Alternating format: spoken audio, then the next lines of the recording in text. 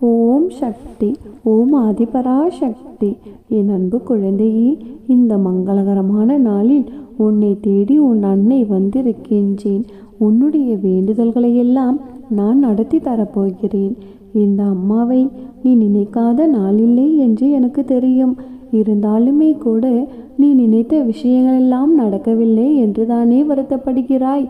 என்னை நினைத்து கொண்டிருக்கும் உன்னுடைய நினைப்பில் இருக்கும் அத்தனை ஆசைகளையும் நிறைவேற்றி உன்னுடைய வேண்டுதல்களையும் விருப்பங்களையும் நிறைவேற்றத்தான் இப்பொழுது வந்திருக்கிறேன். உன்னுடைய மனதில் எவ்வளவோ கஷ்டங்களும், இது தவறாகிவிடுமோ, அது தவறாகிவிடுமோ, இது அப்படி பிரச்சனையாகிவிடுமோ, அது அப்படி முடிந்து விடுமோ என்ற பயம் இருப்பதை நான் பார்த்து கொண்டிருக்கின்றேன். எல்லாவற்றையும் சரி செய்து உன்னுடைய வாழ்க்கையில் நல்லது நடப்பதற்கான மிகப்பெரிய மாற்றத்தை உன்னிடம் கொண்டு வந்து சேர்ப்பதற்காகத்தான் இப்பொழுது உன்னை தேடி வந்திருக்கின்றேன் என் செல்லமே. வாழ்க்கையில் நீ துன்பப்படும் மாதிரி நிறைய விஷயங்கள் நடக்க செய்கிறது. நான் இல்லை என்று சொல்லவில்லை. ஆனால் நீ ரசிக்கக்கூடிய வகையிலும், நீ பார்த்து சிரித்து சந்தோஷப்படக்கூடிய வகையிலுமே கூட ஒரு சில விஷயங்களை உன் கண்முன்னே நான் காட்டி கொண்டிருக்கின்றேன். ஏன் அதை நீ உணர மாட்டேங்கிறாய்? துக்கத்தையும் கவலைகளையும் எந்த அளவுக்கு நீ அதிகமாக சுமக்கிறாயோ அந்த அளவுக்கு மகிழ்ச்சியையும் புன்னகையையும் எடுத்துக்கொள்ள ஏன் மறுக்கிறாயேன் செல்லமே? உனக்கான நல்லது நடக்க வேண்டாமா? இப்படி துன்பத்திலேயே துவண்டு போகப் போகிறாயா? நான் சொல்வதையெல்லாம் சரியாக புரிந்து கொள். வாழ்க்கையில் ஒவ்வொரு நாளையும் நீ கடந்து போகும் பொழுதே வாழ்க்கையை ரசித்து கொண்டு போ. ஏனென்றால் உன்னுடைய வாழ்க்கையும் காலமும் உன்னை பார்த்து என்ன சொல்கிறது என்று தெரியுமா? போகும்பொழுதே நீ ரசித்து கொண்டு போ. நீ திரும்பி பார்ப்பதற்கு நான் இருக்க மாட்டேன். உனக்காகவே நான் வாழ்க்கையாக இருக்கும் பொழுது என்னை ஏன் ரசிக்காமல் வாழ்ந்து கொண்டிருக்கிறாய் என்று கேட்கக்கூடிய அளவுக்கா உன் வாழ்க்கையில் நீ சோகத்தை பெரிதாக நினைக்கின்றாய்? அறிவாளியாக இருக்கக்கூடிய என் பிள்ளையான நீ எல்லா யதார்த்தங்களையும் புரிந்து வாழ ஆரம்பித்து விட்டாய். ஆனால் ஒரு விஷயத்தை தெளிவாக புரிந்து கொள் என் செல்லமே. இன்று நீ அனுபவிக்கும் உன்னுடைய கஷ்டம் நிரந்தரம் கிடையாது. அதேபோல் உன்னை கஷ்டப்படுத்தி சந்தோஷப்படுபவர்களின் சந்தோஷம் நிரந்தரம் கிடையாது. எல்லாமே எப்பொழுது வேண்டுமானாலும் மாறும். உன்னுடைய கஷ்டங்களை எல்லாம் சரி செய்து உன் வாழ்க்கையில் மிகப்பெரிய மாற்றத்தை நான் உண்டாக்கப் போகிறேன். உன்னுடைய வேண்டுதல்களும் நீ நினைத்ததும் ஆசைப்பட்டதும் நடக்க எது எல்லாம் தடையாக இருக்கிறதோ, யாரெல்லாம் உனக்கு தடையாக வந்து நிற்கிறார்களோ அத்தனை பேருக்கும் மனமாற்றத்தை நான் உண்டாக்குவேன். நீ நினைத்தது நடக்க என்ன உதவி தேவைப்படுகிறதோ அதையும் நான் உனக்காக செய்து கொடுப்பேன் என் செல்லமே.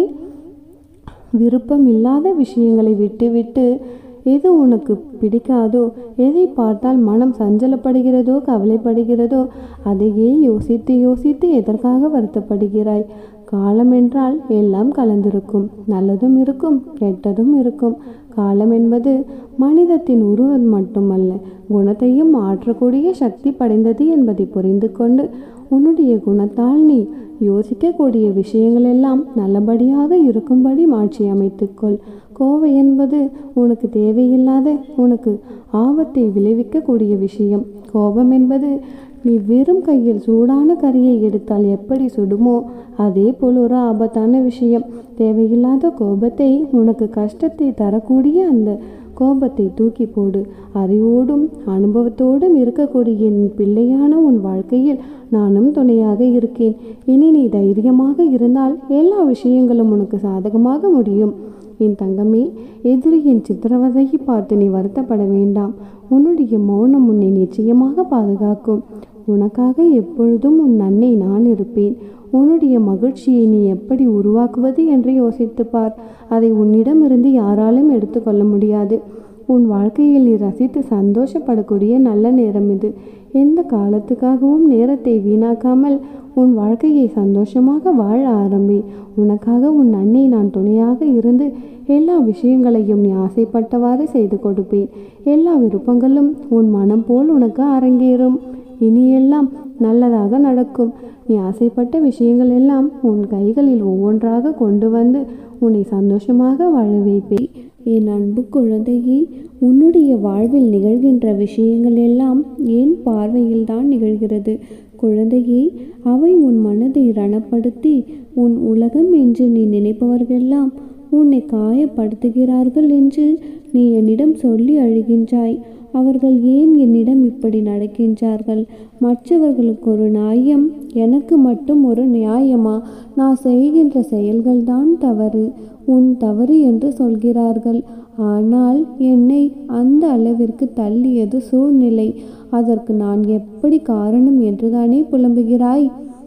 இந்த சூழ்நிலையை விட்டுவிடு. நான் உனக்காகத்தான் இருக்கின்றேன். உன் அம்மன் உன்னை விட்டு விலகுவதும் இல்லை, உன்னை விட்டு விலகி போகும்படி நான் செய்வதும் இல்லை. உனக்கான அனைத்தையும் நல்லதாகவே நான் மாற்றி கொடுப்பேன். உன் அம்மாவாக அப்பாவாக என்றும் உனக்கு நானே துணையாக இருப்பேன். உன் கண்ணீரை கண்டேன். உன் வீட்டை எந்த கொடிய நோயும் நெருங்காது, நெருங்கவும் நான் அனுமதிக்க மாட்டேன். நான் இருக்கின்றேன் குழந்தையே, கலங்காதே. உன்னுடைய பாரங்களை எனது பாதத்தில் சமர்ப்பித்துவிடு. உன்னை பாதுகாத்து கரை சேர்ப்பது எனது பொறுப்பு. தன்னம்பிக்கையை மட்டும் இழந்து விடாதே. என்னை நம்பி வருபவர்களுக்கு ஏமாற்றம் என்ற ஒன்றிற்கு இடமே இல்லை. அது அம்மன் பக்தர்களுக்கு நன்றாகவே உணர முடியும். நீ மனதளவில் பயப்படாமல் இருந்தால்தான் வாழ்க்கையில் தைரியமாக செயல்பட முடியும். நீ நம்பிக்கையோடு உனது கடமையை செய். நல்ல வசந்த காலம் உனக்காக காத்து கொண்டிருக்கிறது. நீ விரும்பிய அனைத்து வளங்களும் உன்னை வந்து சேரும் நேரம் நிச்சயம் உண்டு. நீ நினைத்த காரியம் நிறைவேறும், நல்லதே நடக்கும். வாழ்க்கையில் நினைப்பது ஒன்று, ஆனால் நடப்பது வேறொன்று.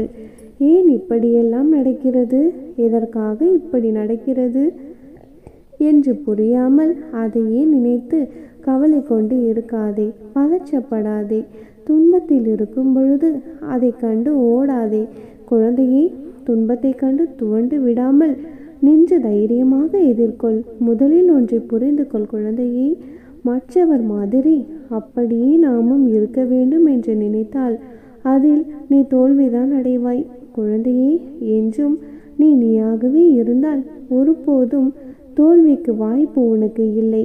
எதையும் நினைத்து பயப்படாதே. உன் அருகிலேயே தான் நான் இருக்கின்றேன். உன்னை விட்டு நான் விலகுவதும் இல்லை, உன்னை விலகி போகும்படி நான் செய்வதும் இல்லை. வலி, தோல்வி, ஏமாற்றம் இவைகள் எல்லாம் எல்லோர் வாழ்க்கையிலும் ஏற்படுவது இயல்புதான். அதை காரணமாக வைத்துக்கொண்டு நீ உன்னுடைய கடமைகளிலிருந்து தவறாதே. குழந்தையே, முதலில் உன் மனதில் உள்ள எண்ணங்களை எது சரி எது தவறு என்பதை நீ தீர்க்கமாக முடிவு செய்துவிடு. அதன் பிறகு செயலில் ஈடுபடு. வாழ்க்கையில் நீ சந்திக்கும் சூழ்நிலைகள் எதுவாக இருந்தாலும் மகிழ்ச்சியும் துன்பமும் அதை சமமாக பாவிக்கும் மனப்பக்குவத்துடன் நீ இருந்தால் உன்னுடைய மனதில் தேவையில்லாத கற்பனைகளும் குழப்பங்களும் வராது. குழந்தையே, இதுவரை தோற்றதையும் நம்பிக்கை இழந்ததையும் ஒரு அனுபவமாக எடுத்துக்கொள். குழந்தையே, நீ வாழ்க்கையில் முன்னோக்கி செல். நிச்சயமாக அது உதவி செய்யும். வாழ்க்கை என்றும் வாழ்வதற்கே. நீ விரும்பிய அனைத்து வளங்களும் உன்னை வந்து சேரும் நாள் வெகு தொலைவில் இல்லை. குழந்தையே, நல்லதே நடக்கும். என் வார்த்தைகள் மீது நம்பிக்கை வைத்து செயல்படு. பயம் வேண்டாம். என்னை மீறி எதுவும் உன்னை நெருங்காது. அன்பு குழந்தையே, நீ இன்று ஏற்றும் தீப ஒளியின் வழியில் உன் வீட்டில் வந்து அமரப்போகின்றேன். நீ தீபம் ஏற்றி என்னை சந்தோஷப்படுத்தும் பொழுது உன்னுடைய கர்மாக்களிடமிருந்து உன்னை பாதுகாக்கின்றேன். குழந்தையே, கலங்காதே. உன்னுடைய வாழ்க்கை நல்லபடியாக அமையும். அனைத்திலும் வெற்றி பெறுவாய். உன்னை பயன்படுத்தி விட்டு தூக்கி எறிந்தவர் ஒரு நாள் எறியப்படுவார். காத்திரு, மகிழ்வதற்காக அல்ல, அவரை மன்னிப்பதற்காக. குழந்தையே, ஏனென்றால் நீ என்னுடைய செல்ல பிள்ளை. கண்ணே, உனக்கு நானே துணையாக இருக்கின்றேன். நிச்சயம் நீ வேண்டியது அனைத்தும் நிறைவேறும். உன்னுள் நீ புலம்பிய நாளெல்லாம் இனி மறைந்து போகப் போகிறது. உன்னுள் புத்துணர்வை ஏற்படுத்தும் நிகழ்வுகளெல்லாம் இனி உன்னிடத்திலிருந்து நான் நடத்தி வைப்பேன். இனி வரும் காலம் உனது கை ஓங்கி நிற்கப் போகிறது. உன்னை தேடி சிலர் அவர்களை அறிமுகப்படுத்தி கொள்ள முன் வருவார்கள். நோய்களிலிருந்து கடன் சுமைகளிலிருந்து விரைவில் நிவாரணம் கிடைக்கும். நம்பிக்கையோடு இரு. யாரேனும் உனக்கு ஏதாவது தீங்கு இழைத்தார்கள் என்றால் பழிக்கு பழி வாங்காதே. மாறாக உன்னால் முடிந்த நல்லதே செய். ஏனெனில் நீ என்னுடைய குழந்தை. என் பிள்ளையான உன் அன்பு உண்மையானது. தூய்மையான பக்தியுடன், நம்பிக்கையுடனும் விசுவாசத்துடனும் என்னை நோக்கி நீ வழங்கியமாறு கணமே உன்னுடைய கண்முன் நான் காட்சியளிப்பேன்.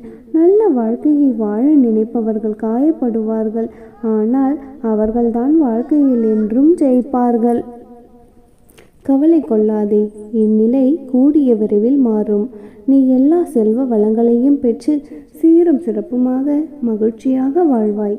கலங்காதே. நீ பட்ட வேதனை, அவமானம், மனக்கசப்புகள், வறுமை, கடன் தொல்லை எல்லாம் ஒரு முடிவிற்கு வரும் நேரம் இது. உனக்கு உன் அம்மா நான் இருக்கின்றேன். நான் யாசித்தாலும் நான் நேசிக்கும் உன்னை எவரிடமும் யாசிக்க விடமாட்டேன். என் தங்கமே, 3 விஷயங்கள் உனது நேரத்தை வீணடித்துவிடும். தவறி போனதை பற்றி கவலைப்படுவது, அது திரும்ப வராது. பிறரோடு உன்னை ஒப்பித்து பார்ப்பது, அது ஒரு பொழுதும் பயனளிக்காது. எல்லா மனிதர்களையும் திருப்திப்படுத்த நினைப்பது, அது நடக்காத ஒன்று. இந்த 3 விஷயங்களையும் உன் நேரத்தையும் வீணாக்கும், உன் மனதையும் நோகடிக்கும். உன் மீது தவறு இருக்கும் பட்சத்தில் அடுத்தவர் மீது கோபம் கொள்ளாதே. கடவுள் உனக்கு கஷ்டங்களை தரும்பொழுது வருந்தாதே. அவர் உனக்கு கஷ்டங்களை தருவது உன்னை சோதிக்க அல்ல, உன்னை சுற்றி எத்தனை போலியான உறவுகள் உள்ளது என காட்டுவதற்காக. யாருக்கும் நீதான் முக்கியம் என்று நினைத்து கொண்டு இருக்காதே.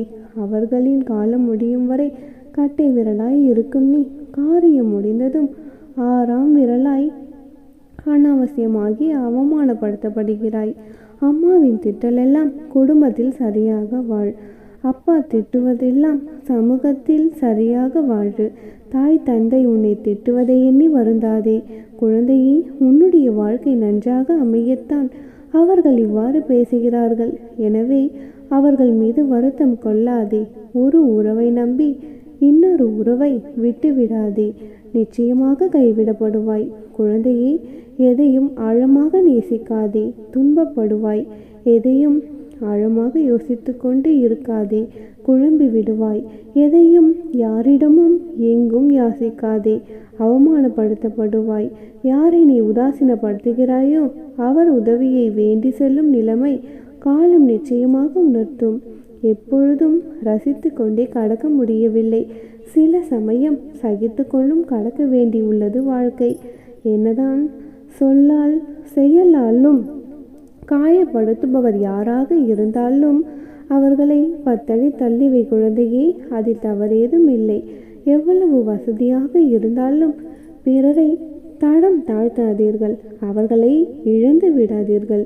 இருக்கும்போது யாருடைய மதிப்பும் தெரிவதில்லை.